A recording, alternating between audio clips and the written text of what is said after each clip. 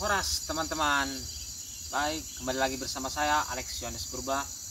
Saya sekarang ini duduk di bangku kelas 12 SMA.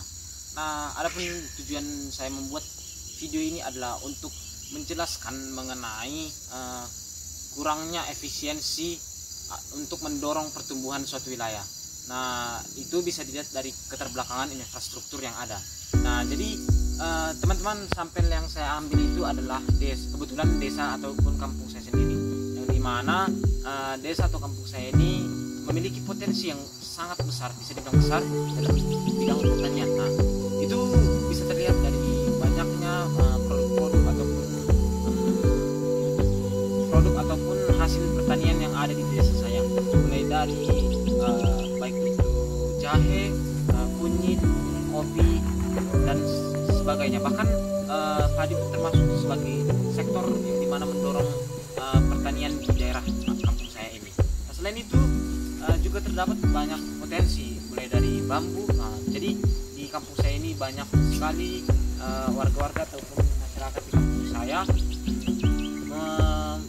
mengambil ataupun mencari penghasilan di sektor bambu. Nah, jadi yang menjadi permasalahannya itu adalah keterbelakangan infrastruktur yang ada. Nah, jelas terlihat bahwa desa saya ini termasuk desa yang termasuk dekat dengan wilayah fungsional ataupun nodal, di mana hanya berjarak kurang lebih sekitar 3-4 km dari ibu kota kabupaten, yaitu Pematang Raya. Namun nampak di sini bahwa jalan di desa saya ini, dan kita lihat sendiri bahwa jalannya atau infrastrukturnya tidak memadai, sehingga kemungkinan untuk interaksi antara masyarakat ataupun wilayah fungsional yaitu Pematang Raya ke daerah kampung saya ini cukup sulit diakses, apalagi ketika hujan, karena kita lihat kondisi jalannya yang tidak memadai ini. Nah, jadi yang menyebabkan bahwa efisiensi pendorong pertumbuhan wilayah di kampung saya ini terhambat, ya jelas infrastrukturnya. Kita lihat, nah teman-teman lihat semua di sini bahwa infrastruktur di kampung saya ini, terutama jalannya, aksesnya sangat sulit. Mungkin ini karena kami masuk ke kelurahan, jadi dana kekelurahan itu tidak tersalurkan ke desa kami. Jika kami termasuk ke desa sekian, mungkin saja ada dana ke desa kami. Jadi tidak bisa juga disalahkan pemerintah dalam hal ini. Namun besar harapan kami, terutama kami di sini sebagai generasi muda, kami berharap bahwa kedepannya pemerintah akan menyalurkan berupa bantuan agar fasilitas infrastruktur jalan di desa kami ini dapat diakses dengan mudah. Jadi teman-teman, inilah desa kami itu yang bilang dari simpang sampai ke dalam infrastrukturnya yang memadai di jalannya.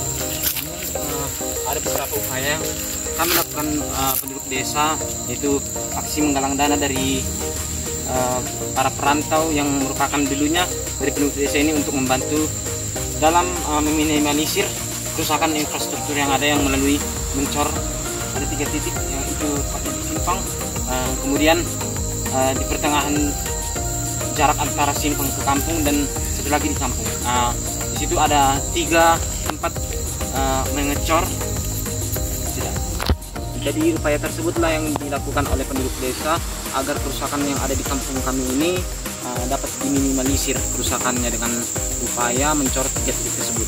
Nah, jadi untuk pengembangan sendiri ini, untuk wilayah ini, kami ataupun saya sendiri mengambil teori yang cocok adalah teori agropolitan, yang dimana teori ini merupakan pendekatan yang bertujuan yang dilakukan untuk pengembangan suatu wilayah, khususnya wilayah pertanian, khususnya desa saya ini yang merupakan daerah pertanian, karena mayoritas penduduknya ini bermata pencarian di bidang pertanian, termasuk itu persawahan maupun hasil-hasil pertanian yang itu berupa palawija.